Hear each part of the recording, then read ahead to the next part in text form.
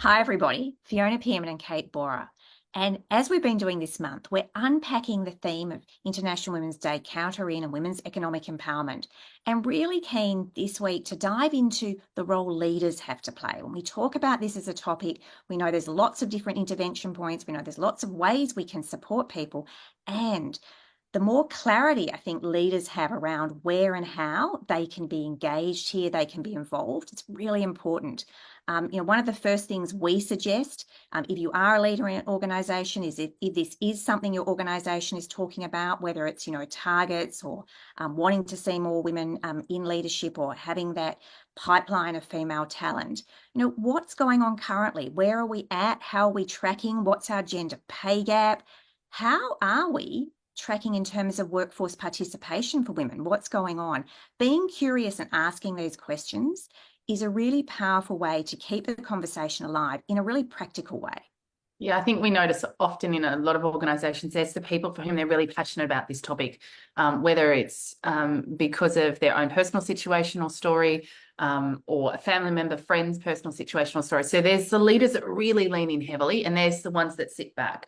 And so I think the invitation is to all leaders to lean in a little bit, to ask really good questions around what is going on, whether that's of senior leaders or, I'm going to say HR departments, but really this is a conversation that, your whole exec team should be involved in and responsible for. So even as the first port of call, talking to your exec leader about this to find out what the lay of the land and what the conversation is at that level. And I think the other opportunity is to also, with curiosity, ask questions around the grounds of colleagues, of junior staff members, around their own experience. I think it's really powerful to kind of hear the organisational position, but then also contrast that with some of the anecdotal comments, conversations that are happening at the grassroots level, because it is true that sometimes there can be some gaps between those two conversations.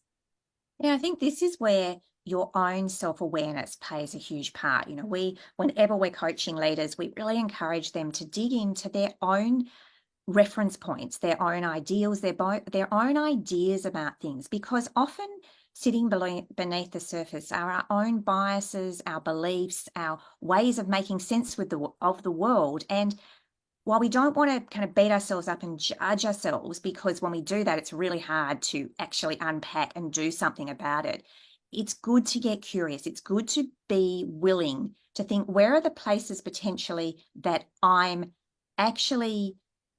got a bias. I tend to think actually, a woman in that situation, she wouldn't necessarily want this, or if she's on maternity leave, that I don't want to open up a opportunity for her because that's going to be frustrating. But being willing to ask the question and stay with it. I noticed myself, I've just had an incident when I was in a hospital setting, and there was a young woman and a young man, and I thought they were both surgeons that were coming in, but it turned out that my default was that the man was the more senior.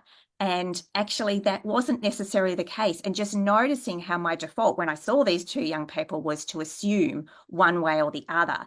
And then just to remind myself, hey, that's just an unconscious bias I've got going on. Yeah, I think we all have this going on. I think to make the assumption that we don't is really a false belief. We all have it going on. It's played out for me as well. And so to recognize that to be human is to judge. And these are decades of wiring of beliefs and patterns of behavior, right, that we're seeking to overcome. So be compassionate with yourself, be curious with yourself, hold it lightly.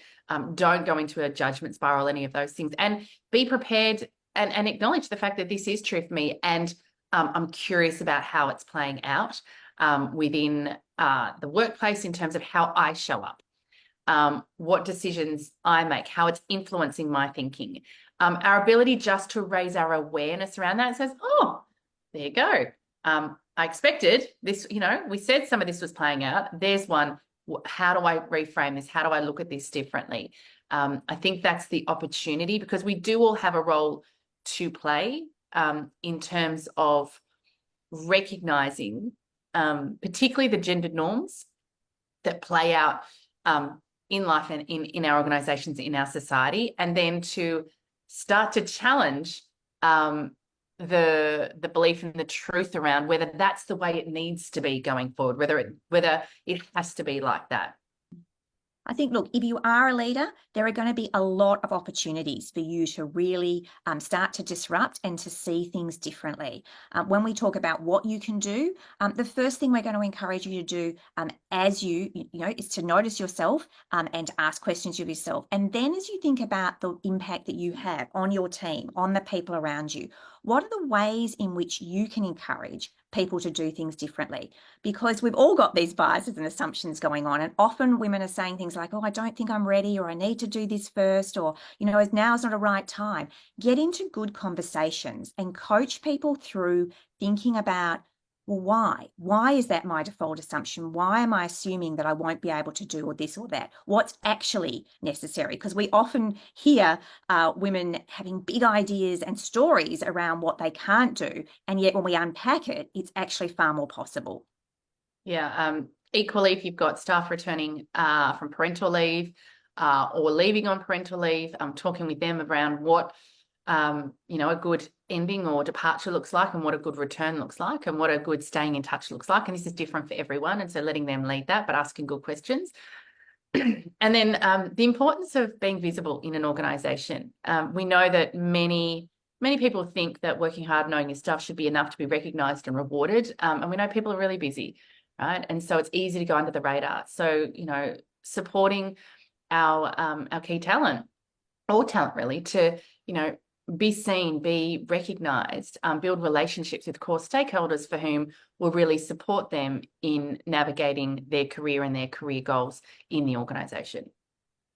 I think, look, there's so much here to dig into. And, if this has piqued your interest, you're a leader who'd like to know more, there's a whole ton of resources over at our website, coreconfidence.com.au. We also share a lot about, self-awareness and how to dig into these topics on our Facebook page, Core Confidence Book, and you can sign up or register so that you know whenever we're going live.